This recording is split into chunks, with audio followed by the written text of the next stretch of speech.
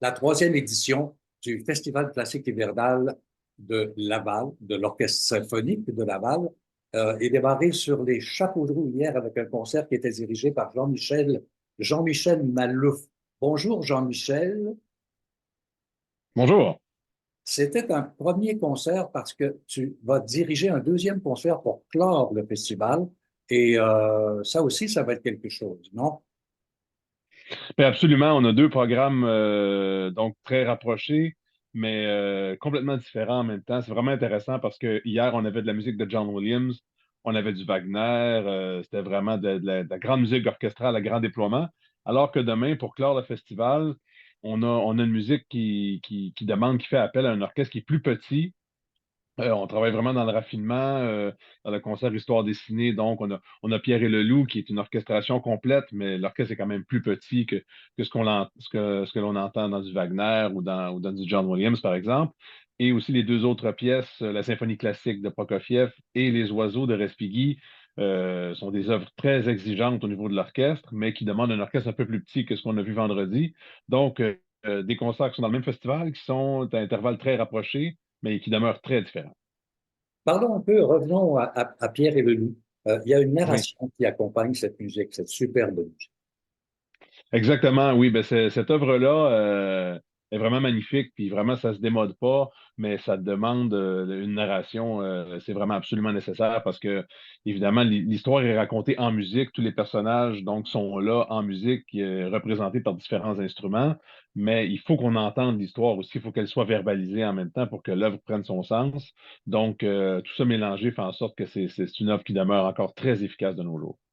Alors, on va rentrer pendant le concert aussi dans une voie bière, c'est-à-dire que les oiseaux de Raspigny seront entendus musicalement. Musicalement, oui, c'est vraiment les inspirations de cette œuvre-là sont vraiment intéressantes parce qu'on a les différents chants d'oiseaux qui sont omniprésents tout au long de l'œuvre et on a aussi des citations de compositeurs baroques italiens donc qui ont inspiré l'œuvre. Donc on a ces deux influences-là, ces deux sources-là mises ensemble qui sont utilisées dans une espèce de suite à la baroque.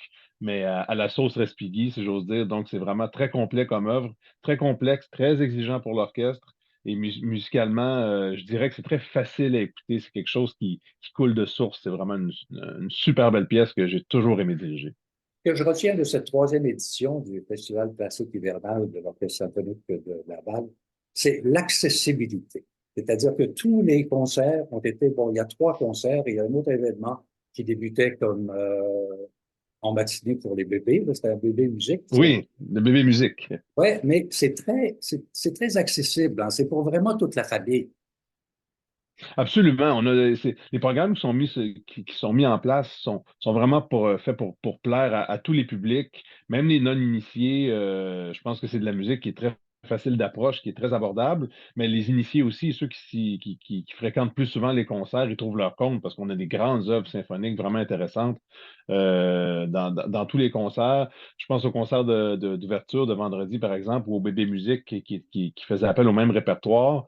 Quand on joue des extraits d'opéra de Wagner, je pense qu'il n'y a pas un amateur de musique classique qui va bouder son plaisir là-dedans, mais en même temps, ce sont des extraits qui sont entendus par tout le monde. Ça devient quasiment de la musique populaire, tellement ça a été utilisé à toutes les sauces au fil des années. Donc, c'est vraiment très abordable et très intéressant pour tout le monde, ces programmes-là.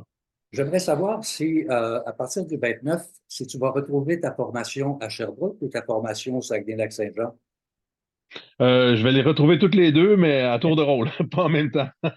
J'ai des concerts qui s'en viennent donc au Saguenay, je pense que ça va au mois de mars. Puis j'ai des concerts en février et en mars aussi avec l'Orchestre symphonique de Sherbrooke. Tout ça en alternance avec d'autres contrats de chef invité que j'ai d'ici là. Donc j'ai un hiver et un printemps très occupés et captivants. Il y a comme un vent de fraîcheur chez les chefs d'orchestre, là. Depuis quelques années maintenant, on vous retrouve, vous, ce qu'on appelait les jeunes chefs, ce que vous n'êtes plus, parce que vous avez mais vraiment une expérience qui entre là comme c'est pas possible, hein. Vous êtes à la vitesse grand V. Ben, j'ai été chanceux ces dernières années d'obtenir des postes qui m'ont permis de me faire un nom, si je peux dire, d'acquérir une certaine expérience et de m'établir.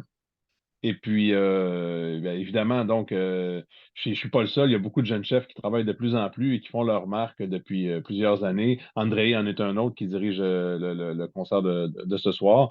Donc, vraiment, Pulcinella. non, oui, dans Pulcinella d'ailleurs. Et puis, c'est vrai, ça va vraiment être.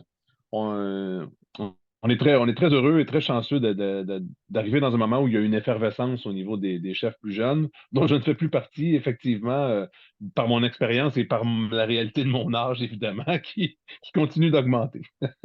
Alors, on va se quitter là-dessus, Jean-Michel, mais j'aimerais ça que tu nous fasses une petite invitation spéciale pour tous ceux qui auraient envie, mais qui ne sont pas encore décidés d'aller faire un tour à ton concert qui a pour titre Histoire dessinée. Oui, alors le concert Histoire dessinée qui a lieu à la salle André Mathieu à 15 heures dimanche, donc demain.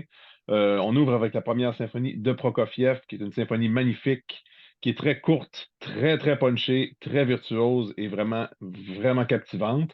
On enchaîne avec les oiseaux, donc la volière sera présente pour compléter la première partie et on clôt le concert avec une œuvre qui s'adresse vraiment à tout le monde et qui plaît à tout le monde, Pierre et le Loup de Sergei Prokofiev. Donc, ce sera un superbe concert, 15 heures, Saint-André-Mathieu, ce dimanche.